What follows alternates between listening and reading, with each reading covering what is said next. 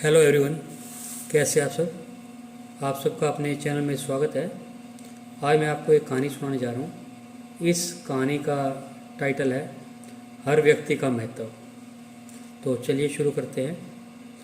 एक बार एक विद्यालय में परीक्षा चल रही थी। सभी बच्चे अपनी तरफ से पूरी तैयारी कर कर आए थे। कक्षा का सबसे ज़्यादा पढ़ने वाला और होशियार लड़का अपने पेपर की तैयारी को लेकर पूरी तरह से आश्वस्त था। उसको सभी प्रश्नों के उत्तर आते थे, लेकिन जब उसने अंतिम प्रश्न देखा तो वह चिंतित हो गया। सबसे अंतिम प्रश्न में पूछा गया था कि विद्यालय में ऐसा कौन सा व्यक्ति है जो हमेशा सबसे पहले आता है। वह जो भी है उसका नाम बताइए। परीक्षा दे रहे सभी बच्चों के ध्यान में एक महिला आ रही थी। वही महिला जो सबसे पहले स्कूल में आकर स्कूल की सफाई करती थी। पतली, सांवले रंग की और लंबे कद की। उस महिला की उम्र करीबन 50 वर्ष के आसपास थी।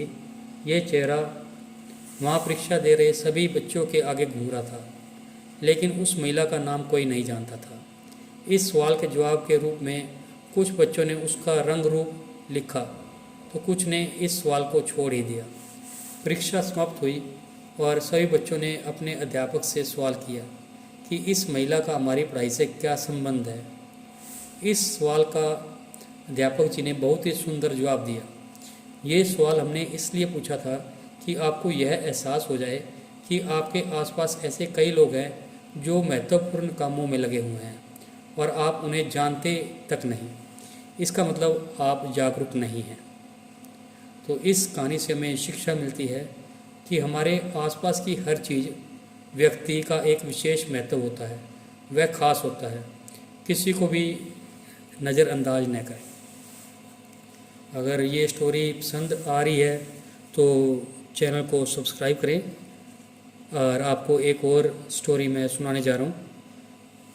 इस स्टोरी का टाइटल है अपना हुनर कभी न भूलें।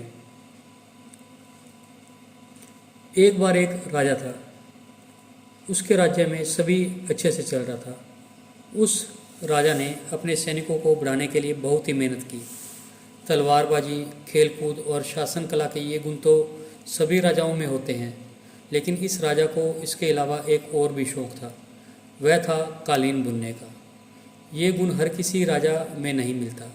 राजा के इस काम को बहुत पसंद किया जाता था, लेकिन इसके साथ ही यह भी कहा जाता था कि ये काम एक राजा के लायक नहीं होता। एक बार की बात है, जब वह राजा अपने सैनिकों के साथ जंगल में शिकार के लिए गया। वहाँ पर अचानक वह अपने सैनिकों से बिछड़ गया। राजा को अकेला देखकर वहाँ के डाकुओं ने उसे बंदी बना लिया। राजा के पास से कुछ नहीं मिलने के कारण डाकुओं ने राजा को मारने का निर्णय किया। इस पर राजा को कुछ युक्ति सूझी। राजा ने डाकुओं से कहा कि यदि तुम मुझे कालीन बुनने का सामान ला दो तो मैं तुम्हें इस राज्य के राजा से 100 सोने के सिक्के दिलवा सकता हूँ। इस पर डाकू मान गए।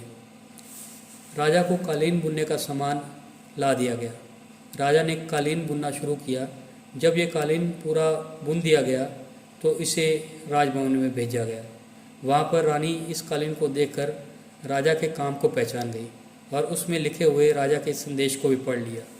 राजभवन में आए डाकुओं को पकड़ लिया गया और राजा को जंगल से छुड़वा लिया। राजा के अपने हाथों से इस हुनर ने राजा की जान बचा ली। तो आपको ये स्टोरीज़ कैसी लगी? अगर पसंद आई तो वीडियो को लाइक कीजिए, शेयर कीजिए और चैनल को सब्सक्राइब कीजिए। बेल वाला बटन ज़रूर दबा दें ताकि हम ऐसी और स्टोरीज डालें तो उसकी नोटिफिकेशन आपको मिल जाए। Thank you.